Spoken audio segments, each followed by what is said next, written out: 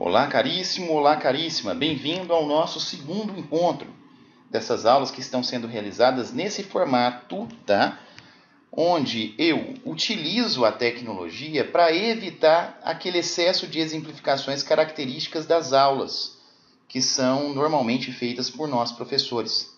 Como agora eu posso lançar mão de alguns elementos gráficos, eu acabo reduzindo a aula sobremaneira, sem nenhum déficit em relação à profundidade e, melhor, otimizando a sua aprendizagem.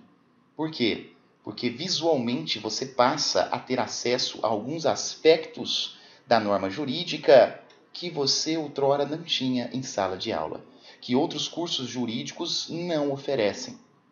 Quem está oferecendo isso para você, felizmente, que bom, não é que estamos fazendo isso, sou eu, professor Tiago Rocha Ciferman. Espero que você goste desse encontro de hoje e vamos lá. O tema de hoje é lei penal no espaço. E o que é importante sobre lei penal no espaço? O importante, vou ser aqui muito rápido e muito objetivo, é você compreender essa temática sobre 5 etapas básicas. As 5 etapas que geralmente eu projeto em lei penal no espaço são etapas que surgem a partir de questionamentos bem simples. Esses questionamentos vão se refinando à medida que eu os faço, até que você consiga entender toda a questão. Então vamos para a nossa primeira etapa. E na nossa primeira etapa eu tenho um questionamento simples. O que é território nacional? Você sabe me dizer? Antes de responder o que é território nacional, você precisa diferenciar o território físico do território jurídico. E se você acha muito difícil diferenciá-los, eu quero que você pense o seguinte: físico é o território nacional. Físico é basicamente o território que está descrito no artigo 5º, no caput, que diz que aplica-se a lei brasileira aos crimes cometidos no território nacional. O que é território nacional, então? O que é o território nacional natural? É a nossa massa de terra, é o ar sobre essa massa de terra, é o céu sobre essa massa de terra. Mas tem mais. Olha só. O território nacional, ele compreende, respectivamente, os limites compreendidos pelas fronteiras nacionais. Não sabe o que é? Fica fácil, né? Uma imagem fala mais do que 1000 palavras. Exatamente isso. Além disso, não são só os limites compreendidos entre as fronteiras nacionais, são o mar territorial brasileiro. Professor, que diabos é o mar territorial brasileiro? Se você não sabe, se nenhum professor nunca lhe mostrou, hoje você vai ver o que é o mar territorial brasileiro. Sabe essa faixa em azul escuro que está sublinhando toda a nossa extensão territorial? Sabe? Não vi, professor. Chega mais perto, meu filho, raciocina. Isso é o mar territorial. Fica difícil, né? Apenas falar, o mar territorial é aquela faixa de 12 milhas que conta da costa do nosso país. Enfim, eu te mostrei, tá bom? Te mostrei, você já sabe o que é o mar territorial, e mar territorial é a extensão do território nacional. Além disso, nós temos também que todo o espaço aéreo subjacente ao nosso território físico e ao mar territorial nacional é território nacional. Olha que fácil. Toda essa massa de ar aí, de céu, por de cima do mar territorial que você está vendo, aquela faixa de 12 milhas, e por de cima das nossas terras, tudo é o quê? É território nacional. Caríssimo, se você compreendeu bem o que é o espaço físico, o território físico, agora você precisa entender o que é território jurídico. O território jurídico é chamado território por equiparação. E por que por equiparação? Porque o legislador ele percebeu que, além do território físico, que acaba sofrendo a incidência da lei brasileira aos fatos praticados nele, nós temos certas estruturas que são criadas pelas mãos dos homens. Aeronaves e embarcações, somos nós que criamos. Eles não nascem da terra, eles não nascem do ar. Somos nós que criamos essas estruturas. Se nós criamos ela, não podemos dizer que elas fazem parte do território físico, do território natural. Então, passaram a ser equiparadas a território nacional para impedir que certas condutas não sofressem a responsabilidade penal quando em seu interior. O legislador pensou exatamente nisso. E ele pensou nisso colocando esse espaço jurídico dentro do Código Penal. Ele disse, por exemplo, colocou dentro do Código Penal que as aeronaves, olha só, e as embarcações brasileiras públicas, aonde quer que se encontrem, são território da República Federativa do Brasil. Doeu o ouvido? Já diminui o som aí quando eu gritar. Olha só, todas essas aeronaves e embarcações que vocês estão vendo são aeronaves e embarcações de natureza pública. natureza pública ou a serviço do governo brasileiro. Quer dizer que podem estar em cima da Rússia, podem estar em pouso em qualquer país do mundo, mesmo assim serão território nacional. Tá duvidando? Dá uma lida no seu código, caríssimo. Ele diz no artigo 5º, parágrafo 1º, primeira parte: para os efeitos penais, considera-se como extensão do território nacional as embarcações aeronaves brasileiras de natureza pública ou a serviço do governo brasileiro. Essa é a primeira parte. É a primeira parte porque eu pus os 3 pontinhos aí depois. Quer dizer que tem uma segunda parte esse artigo. Ok, professor? Já entendi. São territórios por equiparação exatamente para permitir a responsabilidade dos agentes que são causadores de condutas ilícitas no seu interior? É exatamente isso, caríssimo. Mas, e se eu te perguntasse o seguinte? Uma aeronave ou uma embarcação brasileira privada que estejam em mar territorial do Brasil ou que estejam sobrevoando o espaço aéreo brasileiro ou ainda que estejam em mar territorial do Brasil. São privadas, certo? Uma embarcação privada, uma aeronave privada. Podem sofrer o âmbito de incidência da lei brasileira? São considerados território nacional? Caríssimo, preste atenção, porque seu artigo 5º, parágrafo 1º, segunda parte, ele diz que as aeronaves e embarcações brasileiras mercantes de propriedade privada, desde que estejam em alto mar ou no espaço aéreo correspondente, são sim território do Brasil. Olha o quanto é fácil, olha o cuidado que o legislador teve em equipará-los a território nacional a título de permissão de responsabilidade penal. Ótimo, acabou, professor? Não. Tem uma terceira questão a ser desenvolvida. A terceira questão, ela tangencia exatamente o seguinte: imagine uma aeronave pública, esquece isso, uma aeronave privada de Portugal, sobrevoando o nosso espaço aéreo, ou qualquer outra aeronave estrangeira. Imagine uma embarcação privada estrangeira em nosso mar territorial. Acontece um crime dentro delas. Elas sofrem a incidência da lei brasileira? Leia aí no seu código, no parágrafo 2º do artigo 5º. É também aplicável a lei brasileira aos crimes praticados a bordo de aeronaves e embarcações estrangeiras de propriedade privada. Exatamente, desde que elas estejam em porto ou mar territorial do Brasil ou em voo no espaço aéreo correspondente a esse mar territorial e a nossa massa de terra. Pô, professor, está muito fácil vendo estas imagens. Tudo bem? Ok, caríssimo, mas vamos prosseguir. Para prosseguir na nossa temática, você precisa se perguntar: por que eu preciso saber disso? Você já deve ter se perguntado: por que eu estou aprendendo isso só para o meu concurso? Não, eu sei que é, mas olha só. Na verdade, você precisa saber disso simplesmente para compreender que aplica-se a lei brasileira aos crimes cometidos dentro do território nacional. Porque quando você tem essa compreensão, você vai passar a promover a leitura do artigo 5º do Código Penal de um modo, vamos dizer assim, mais calmo, mais tranquilo, mais reconhecedor de peculiaridades. Por quê? Porque a regra no nosso país, de acordo com o nosso Código Penal, no artigo 5º, a regra é o quê? Que aplica-se a lei brasileira aos crimes cometidos dentro do território nacional. Mas toda regra sofre uma exceção, não sofre? Claro que sofre. Vamos mais fundo. Qual que é a exceção? A exceção são os tratados, as convenções e regras de direito internacional. Exatamente. Quando um tratado, uma convenção, uma regra de direito internacional diz que não vai ser aplicada a lei brasileira a um determinado fato ocorrente dentro do Brasil, nós temos que obedecer. Como assim, professor? Nós temos, por exemplo, uma convenção que dá imunidade aos diplomatas, a Convenção de Viena de 61.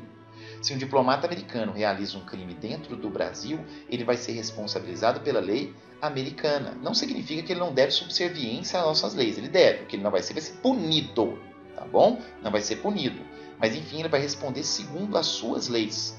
Ok, professor, então quer dizer que nós adotamos dentro do Código Penal um princípio, o princípio da territorialidade, aplica-se a lei brasileira aos crimes cometidos dentro do território nacional? É, mas esse princípio ele é mitigado pelo fenômeno que permite a aplicação da lei estrangeira dentro do nosso território, através dos tratados, convenções e regras de direito internacional.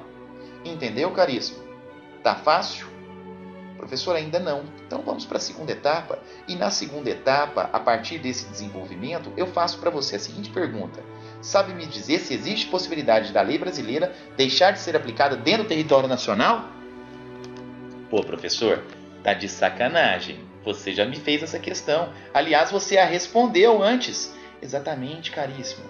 Existe possibilidade sim, e esse fenômeno é a intraterritorialidade. A intraterritorialidade é o fenômeno que permite a aplicação da lei estrangeira dentro do território nacional quando existe convenção, tratado ou regra de direito internacional que diz isso. Professor, eu ainda não entendi esse negócio. Olha, separei um filmezinho para você para que você tenha noção de intraterritorialidade. Um filme antigo, tá bom? Olha só, presta atenção nesse filme. Máquina Mortífera. Vamos lá. Vamos pôr aqui. Autênticos. Olha só. E pelo que sei, o tratado diz: nenhum agente diplomático pode ser detido ou preso quando for estabelecida a sua identidade. Agora, nós temos um probleminha diplomático aqui. Eu vou reclamar com o Departamento de Estado amanhã bem cedo.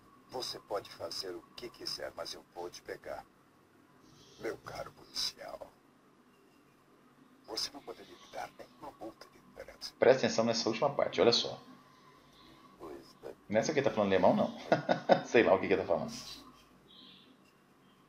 Esta casa pertence ao governo da África do Sul. Estão em território sul-africano. Agora saiam daqui. Opa! Essa casa pertence ao governo da África do Sul. Vocês estão em território sul-africano. Que porra é essa? Calma aí, professor. A minha embaixada que está nos Estados Unidos é parte do território nacional. Eu não li isso no artigo 5º, não. Tem algum tratado que fala sobre isso, professor? Não, caríssimo. Isso era uma coisa antiga. Hoje em dia prevalece que a nossa embaixada em qualquer outro país não é território do nosso país. A embaixada dos Estados Unidos no Brasil não é território do Brasil. Apesar de que a embaixada é inviolável. Tranquilo? Ótimo. Quanto às imunidades diplomáticas, vocês já sabem. A Convenção de Viena de 1961, caríssimo, ela outorga uma imunidade aos diplomatas e também ao cônsul, dando a eles a possibilidade de responderem, de serem responsabilizados nos moldes da possibilidade, não, a certeza de que vão ser responsabilizados nos moldes da sua lei. Como eu disse, cuidado, coloca no seu caderno. Isso não significa que é uma cláusula absoluta de responsabilidade penal brasileira. Significa que ele não vai sofrer a reprimenda brasileira, mas ele deve obediência às leis do Brasil, tá? Cuidado com isso. Professor, tá, eu entendi e vi o filme, mas tem algumas questões que eu preciso dizer a você, caríssimo, para que tome cuidado. Muita atenção. São 3 questões principais.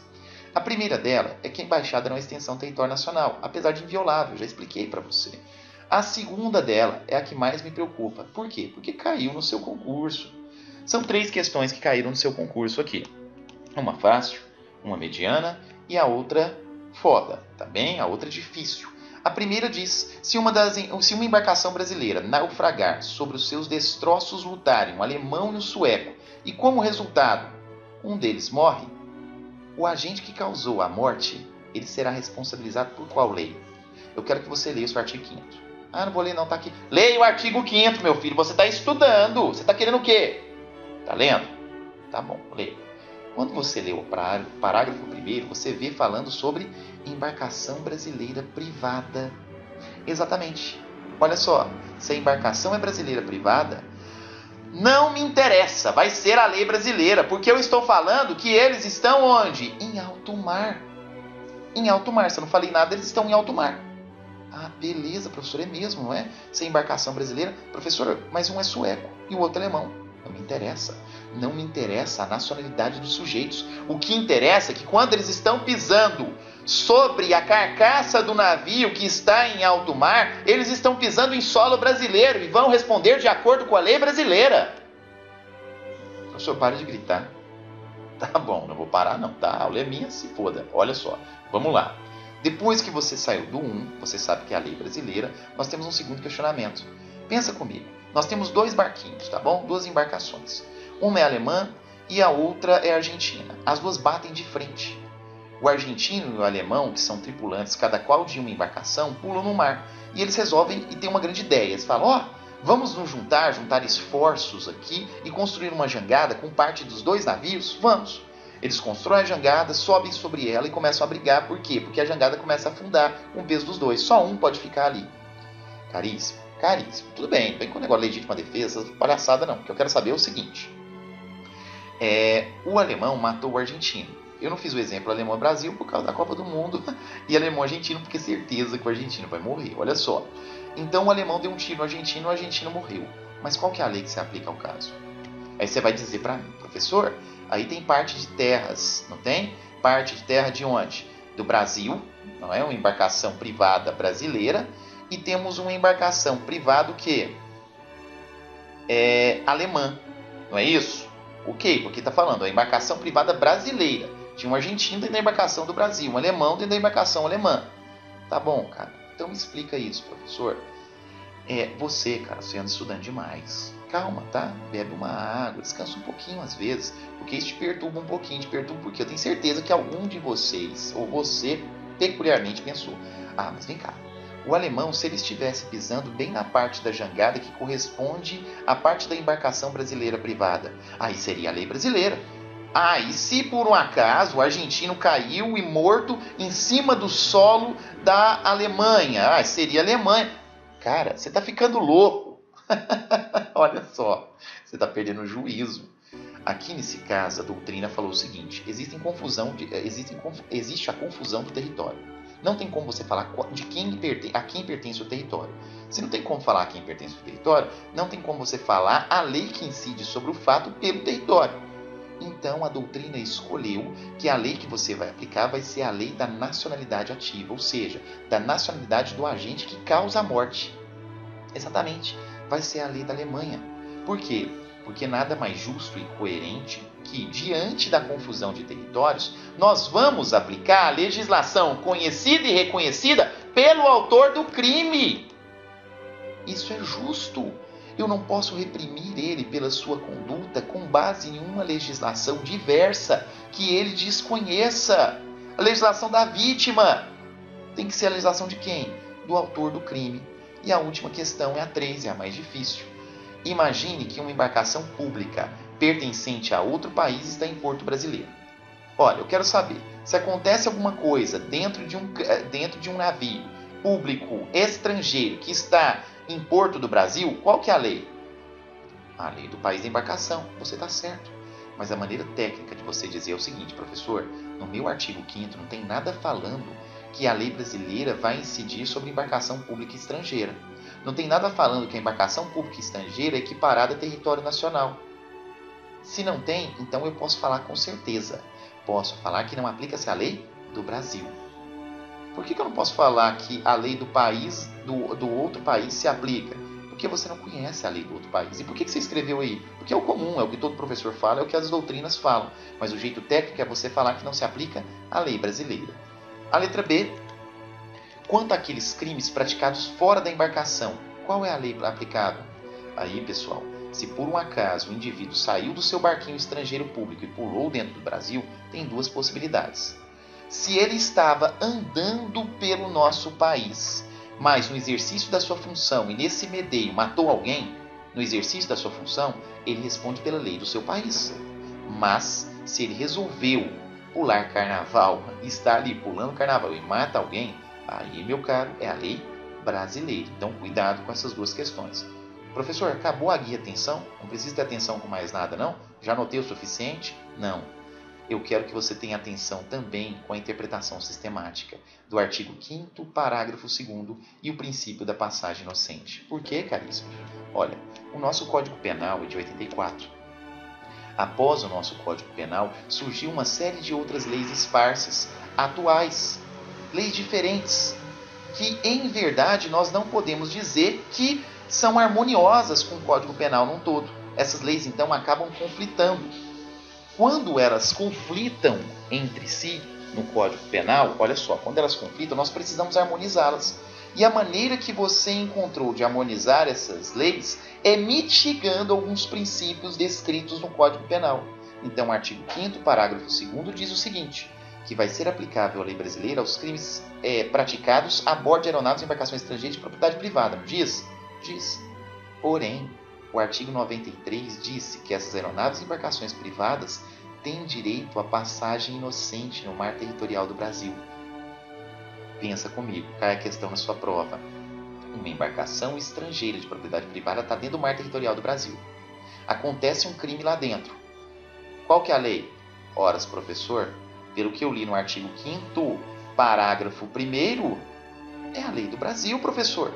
É uma embarcação brasileira de propriedade... Brasileira não, estrangeira de propriedade privada no mar territorial, dentro do nosso território. Pois é, mas a lei de 93, 8.617, diz que eles têm o direito de passagem inocente. O que quer dizer isso? Se esse navio estiver apenas passando pelo Brasil, não vai atracar no Brasil, estiver passando de maneira contínua e rápida, sem colocar em xeque a paz, a boa ordem e a segurança, o Brasil não tem nada a ver com esse problema. Caríssimo, presta muita atenção nisso. E cuidado, abrem-se aqui também duas correntes. Quando eu digo navio, de acordo com esta lei de 93, eu também quis dizer aeronave? Professor, não estou lendo nada de aeronave aí. Tá bom, então quer dizer que o legislador colocou navio para ser só navio? É, mas isso é justo? Isso é coerente? Não. Por causa disso que o Luiz Flávio Gomes vai contra essa posição. E ele diz que os efeitos da passagem inocente também são estendidos às aeronaves. Essa é a posição que prevalece, tá bom, caríssimo? Ótimo, achou que não ia aprofundar, né? Vamos prosseguir com o nosso tema e podemos chegar à nossa conclusão. Aplica-se o artigo 5º, o princípio da territorialidade. Ou seja, vamos aplicar a lei brasileira aos crimes cometidos dentro do território nacional. Mas o princípio da territorialidade ele é mitigado ou temperado pela possibilidade da lei estrangeira ser aplicado dentro do nosso território por meio do fenômeno chamado intraterritorialidade. Fácil demais, vamos para a terceira etapa. E na terceira etapa eu pergunto para você qual que é o lugar do crime. Eu tenho que definir o lugar do crime para saber qual que é a lei que eu vou aplicar. Ora, o crime foi nos Estados Unidos ou no Brasil? Eu tenho que saber o lugar do crime. Porque se foi num ou no outro, pode ser nos Estados Unidos ou no Brasil. Mas para isso existem teorias para explicar o lugar do crime. Temos a teoria da atividade, do resultado e da ubiquidade. Quando eu falo na teoria da atividade, olha só, eu estou dizendo que o lugar do crime é o lugar em que ocorreu a ação e omissão. Ação ou omissão. O que quer dizer isso? Eu atirei no cara nos Estados Unidos e o cara morreu no Brasil. Quer dizer que não aplica-se a lei brasileira, porque a execução foi nos Estados Unidos. A ação foi nos Estados Unidos. Ah, professor, realmente, né? Se adotarmos a teoria do resultado, a gente vai dizer que só incide a lei brasileira sobre os crimes cujo resultado ocorre no Brasil. Como assim? Eu atirei na pessoa dentro do Brasil e o resultado ocorreu nos Estados Unidos. Não interessa se eu atirei na pessoa aqui dentro. O que interessa é que o resultado ocorreu em outro país. Então a lei brasileira não vai ser aplicável. E por último temos o princípio da teoria da ubiquidade. O que ela diz? Diz que vamos aplicar a lei brasileira no local em que ocorreu a ação ou omissão, onde ocorreu o resultado. Acaba sendo a teoria mais completa. Inclusive, já digo para você, o legislador escolheu essa teoria e colocou ela no artigo 6º do Código Penal, não permitindo que certas condutas ficassem fora do âmbito de responsabilização penal. Exatamente, o legislador pensou nisso. O legislador pensou, horas, eu vou permitir a responsabilidade pela lei brasileira, tanto faz se a conduta for provocada aqui dentro ou se o resultado acontecer aqui dentro. Eu quero abranger todos os fenômenos. Eu não vou ser parcial. Eu não vou ser teoria da atividade ou teoria do resultado. Eu vou ser teoria da ubiquidade. Ok, caríssimo? Satisfeita essa questão, tenho que lhe informar. Não confunde, não. Eu sei que você faz muita confusão com isso entre artigo 6º do Código Penal e artigo 70 do CPP. Quando eu te perguntar qual a lei aplicável, você tem um conflito entre uma lei de um país e uma lei de outro. Eu quero saber qual a lei vai ser aplicável entre esses dois países. Isso é artigo 6º do Código Penal. O artigo 6º do Código Penal fala dos chamados, o quê? Crimes à distância. Crimes à distância são crimes que envolvem duas soberanias distintas, Brasil e Canadá, por exemplo. Eu tenho que saber que lei que eu vou aplicar dos dois. Posteriormente, nós temos o artigo 70. O artigo 70, diferente do artigo 6º, ele quer definir qual que é o juízo competente dentro do nosso país. Aqui você já sabe que é a lei brasileira. Agora você quer saber qual estado, qual é o juiz competente para julgar o caso concreto. Por isso que o artigo 70 trata dos chamados crimes plurilocais, olha só. Por quê? Porque você não sabe se quem é competente é a Justiça do Estado de São Paulo, se é do Estado de Goiás, do Amazonas, enfim, você não sabe. Agora você está preparado para reconhecer algumas peculiaridades, algumas profundidades que nós vamos abranger aqui. Achou que não seria profunda a aula, mas olha só. Qual que é a diferença de crime à distância, ou de espaço máximo, crime de trânsito e crime plurilocal? O crime à distância é aquele crime que percorre território de 2 países soberanos, tá? Brasil e Estados Unidos. 2, apenas 2. Ele envolve um conflito internacional. Lembra que eu falei? Você não sabe se é a lei dos Estados Unidos ou a lei do Brasil. E mais, ele se resolve por meio da teoria da ubiquidade nos termos do artigo 6º. Já quando estamos falando do crime em trânsito, ele é tudo o que é o crime à distância, só tem uma diferença. Não envolve apenas 2 territórios. Ele percorre território de mais de 2 países soberanos. Olha só a diferença. As demais características, todas são idênticas aos crimes à distância. Por último, temos o crime plurilocal. O crime plurilocal, então, é aquele onde eu sei que eu vou aplicar a lei brasileira, mas eu não sei qual que é o juízo competente. Então, olha, é o crime que percorre 2 ou mais territórios do mesmo país. 2 ou mais territórios, na verdade, do mesmo país.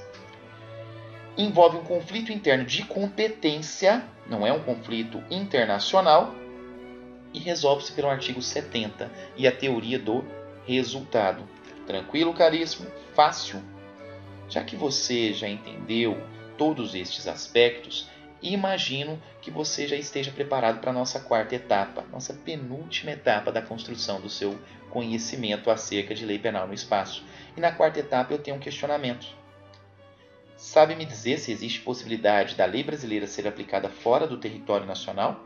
Porque você já me respondeu.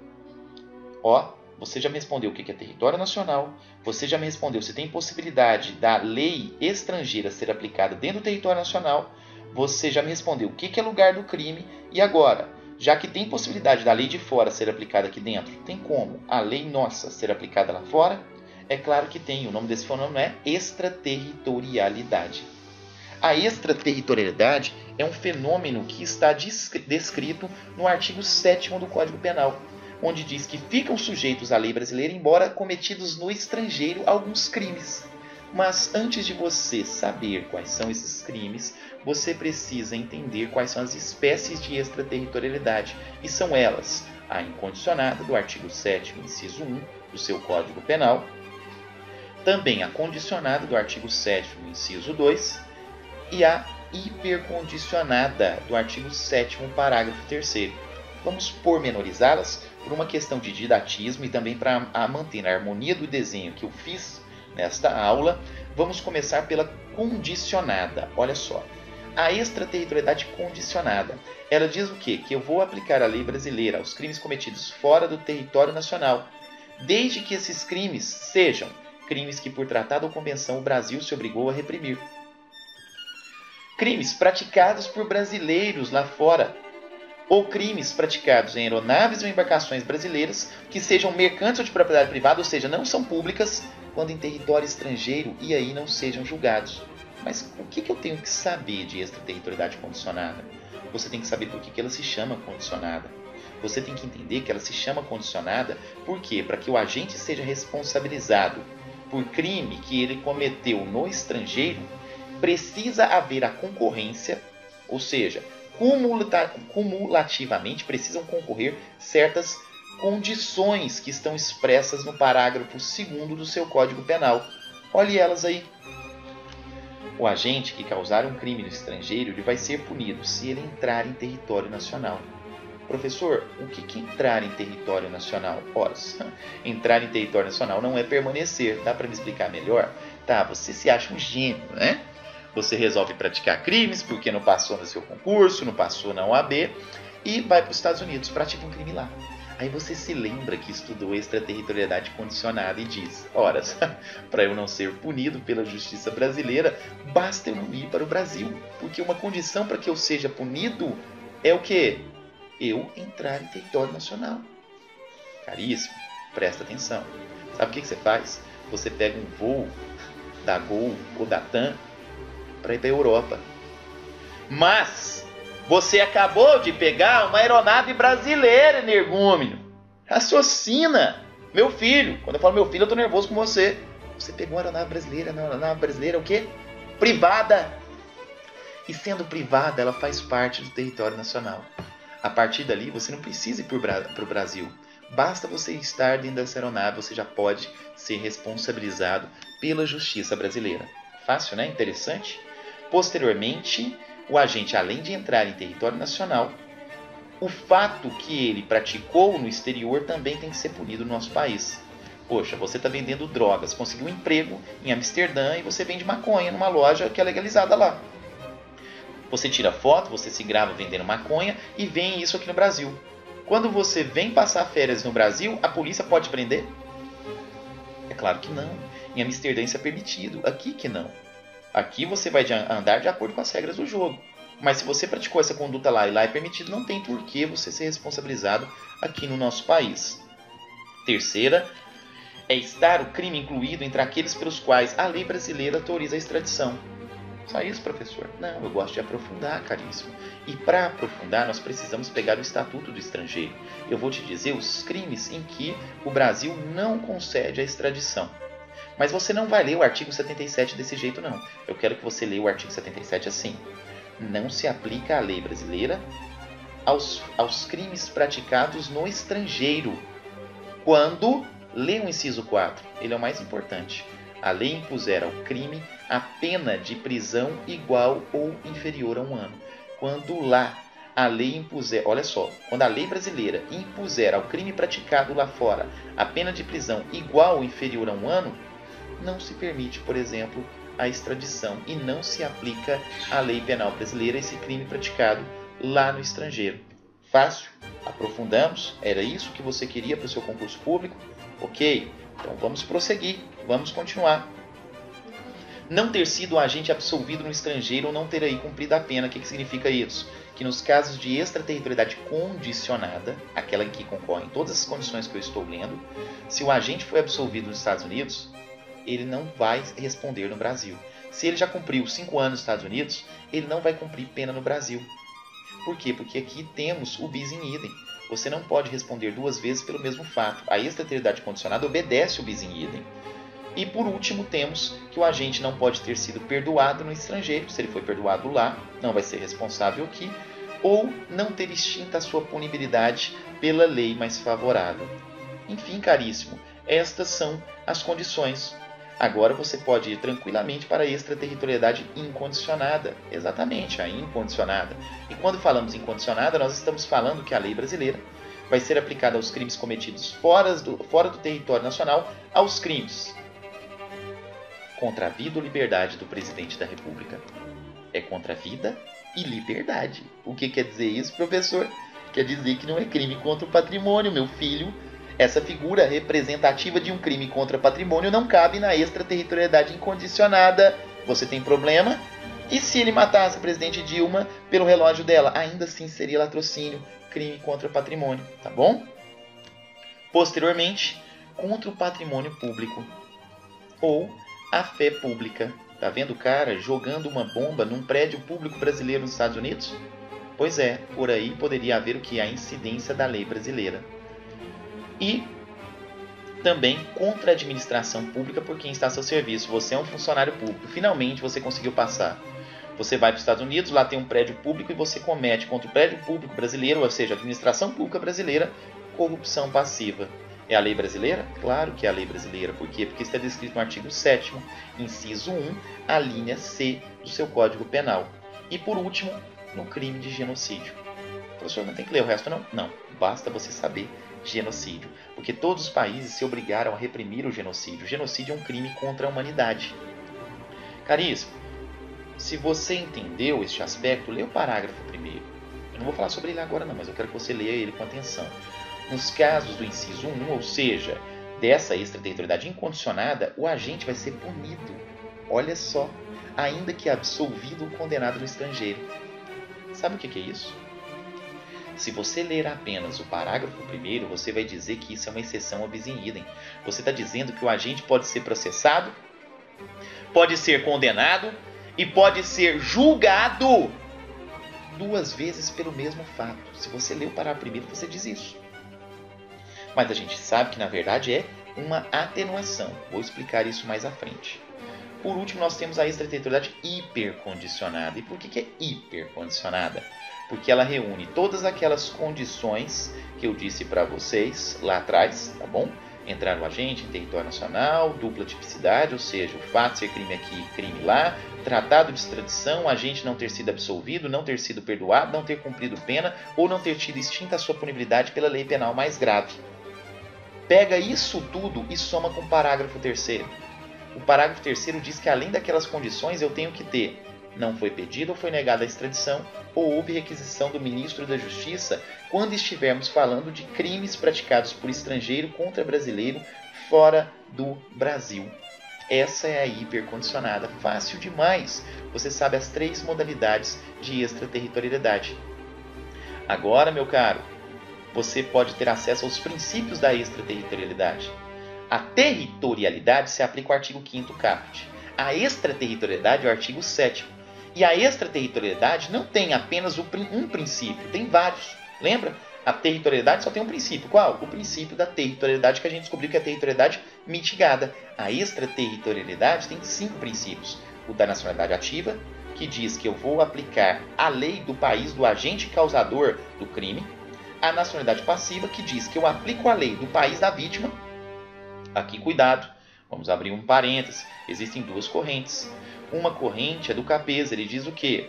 Que eu vou aplicar a lei do país da vítima desde que quem tenha cometido o crime contra esta vítima brasileira tenha sido concidadão, quer dizer, tenha sido brasileiro. Essa corrente não prevalece. A corrente que prevalece é a aplicação da lei brasileira em relação à vítima. Se a vítima for brasileira, a lei vai ser brasileira independentemente do agente que puxar o gatilho, tá? Se ele é ou não concidadão. A C, o 3º princípio, é a defesa real e proteção. Aplica-se a lei da nacionalidade do bem jurídico lesionado. A letra D, justiça universal, o agente fica sujeito à lei do país onde foi encontrado segundo as regras de tratados, convenções ou regras de direito internacional. Lembra o genocídio? Lembra disso? E por último aqui temos bandeira ou representação. Aplica-se a lei brasileira às embarcações e aeronaves brasileiras. Isso você já sabe. Quer dizer que a gente pode aplicar a lei brasileira às embarcações e aeronaves brasileiras? Sim, esse é o princípio da bandeira. Mas para o seu concurso, o que eu estou preocupado é se você sabe ler o artigo 7º, incisos 1 e 2 e parágrafo 3º e relacionar cada uma das alíneas com o princípio correspondente. Se você não sabe, eu vou fazer isso para você. Olha só. A extraterritorialidade condicionada, ela conta com os seguintes princípios aplicáveis às alíneas. Eu vou aplicar a lei nacional aos crimes cometidos fora do território nacional, desde que esses crimes sejam crimes que por tratado ou convenção o Brasil se obrigou a reprimir. E que se é por tratado ou convenção, estou falando do princípio da justiça universal. Posteriormente, se são crimes praticados por brasileiros, eu estou me referindo à nacionalidade ativa. Quem foi que praticou? O agente ativo. E se, por último, estou falando de crimes praticados em aeronaves ou embarcações brasileiras mercantes de propriedade privada, só tem um princípio que eu posso aplicar. O princípio da bandeira ou representação. Ok, caríssimo. Condicionada, fácil. E a incondicionada? Na incondicionada, eu vou aplicar a lei do Brasil aos crimes cometidos fora do Brasil em relação aos crimes contra a vida e liberdade do presidente da República. Opa! Estou protegendo a vida e liberdade do presidente da República porque o presidente da República é importante. O cargo presidente é importante para a manutenção da soberania também do nosso país. Como é um aspecto referente ao Estado propriamente dito, só tem um princípio que eu posso aplicar: defesa ou proteção. É um bem jurídico essencial para a soberania do país. Posteriormente, se estivermos falando de um crime contra o patrimônio ou a fé pública, a mesma coisa, não é administração pública, defesa ou proteção. Muito fácil. Terceiro, nós temos o quê? Contra a administração pública novamente, mas agora por quem está a seu serviço. Qual que é o princípio? Não preciso nem falar. É o princípio da defesa ou proteção. E por último, olha só, temos de genocídio. Difícil genocídio? Eu falei sobre ele. Qual que é o princípio? Da justiça universal, meu caro. Acabou, professor? Não. Nós temos que abranger também, ou seja, relacionar esses princípios aos casos da extraterritorialidade hipercondicionada. E na hipercondicionada tem um princípio. Qual que é o princípio?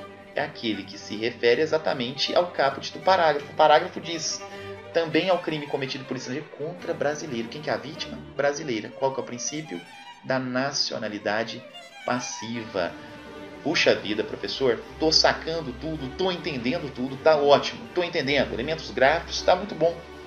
Mas acabou? Não, caríssimo, olha, eu quero que você tenha muito cuidado com o parágrafo primeiro novamente. Nós já lemos ele, mas eu quero que você dê uma lida nele de novo. Por quê? Porque eu vou explicar a extraterritorialidade incondicionada em relação ao bis in idem mais à frente. Então, dê uma lida nele novamente. Ótimo. Passando à frente, nós podemos agora perceber todo este gráfico.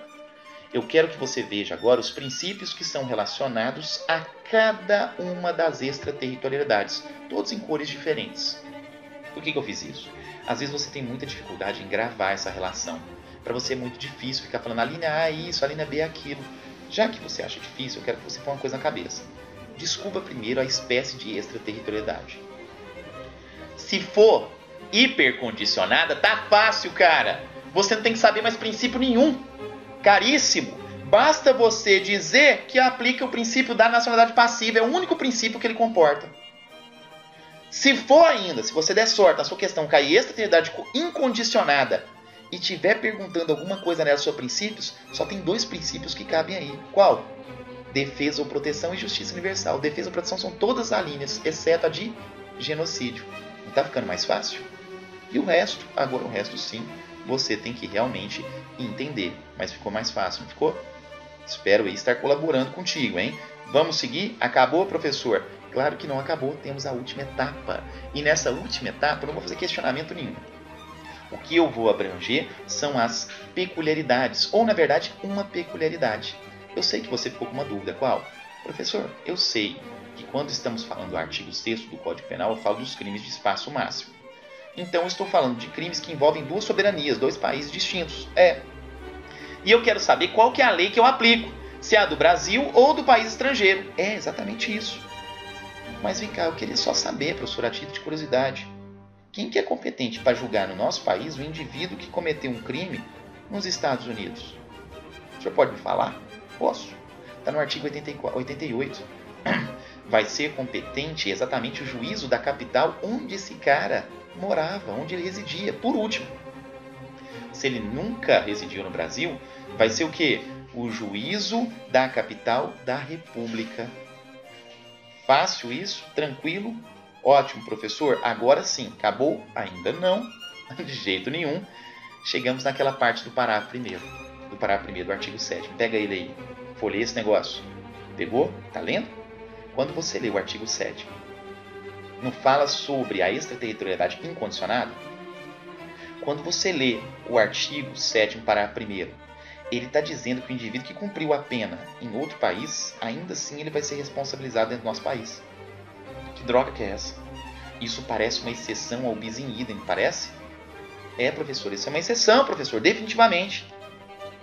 Mas não, cuidado. Para você entender isso, você precisa conjugar o parágrafo 1º com o artigo 8º. Como assim, professor? O parágrafo 1º parece que é uma exceção ao quê? Ao bis in idem. Mas o artigo 8º diz o seguinte, ó. A pena cumprida no estrangeiro atenua a pena imposta no Brasil pelo mesmo crime quando diversa ou nela computada como idênticas. O que significa isso? Que na extraterritorialidade incondicionada, se você estava cumprindo 10 anos nos Estados Unidos e foi condenado a 20 anos dentro do Brasil, você vai diminuir. Você vai fazer o seguinte, cumprir 10 anos nos Estados Unidos? Então quer dizer que eu vou ter que cumprir agora só 10 anos no Brasil. Quer dizer, caríssimo, que é fato. É verdade sim. Quando estamos falando em extraterritorialidade incondicionada, você sofre processo no Brasil, processo no estrangeiro. É julgado no Brasil, é julgado no estrangeiro. É condenado no Brasil, é condenado no estrangeiro. E tudo isso significaria exceção ao bis in idem, se você lesse apenas o parágrafo 1º. Mas como você leu o artigo 8º, você constatou e chegou à conclusão que não é exceção ao bis in idem, é mera atenuação, porque a pena cumprida no estrangeiro, ela vai ser também, vai atenuar a pena imposta no Brasil. Aprendeu? Tranquilo? Espero que você tenha gostado do nosso encontro. Aprofundei o suficiente aí para o seu concurso. Cuidado. Enfim, colabore, tá bom? Dê a sua opinião de quais os temas você gostaria de ver abrangido nesse formato. Meu muito obrigado, um grande abraço e até a próxima aula.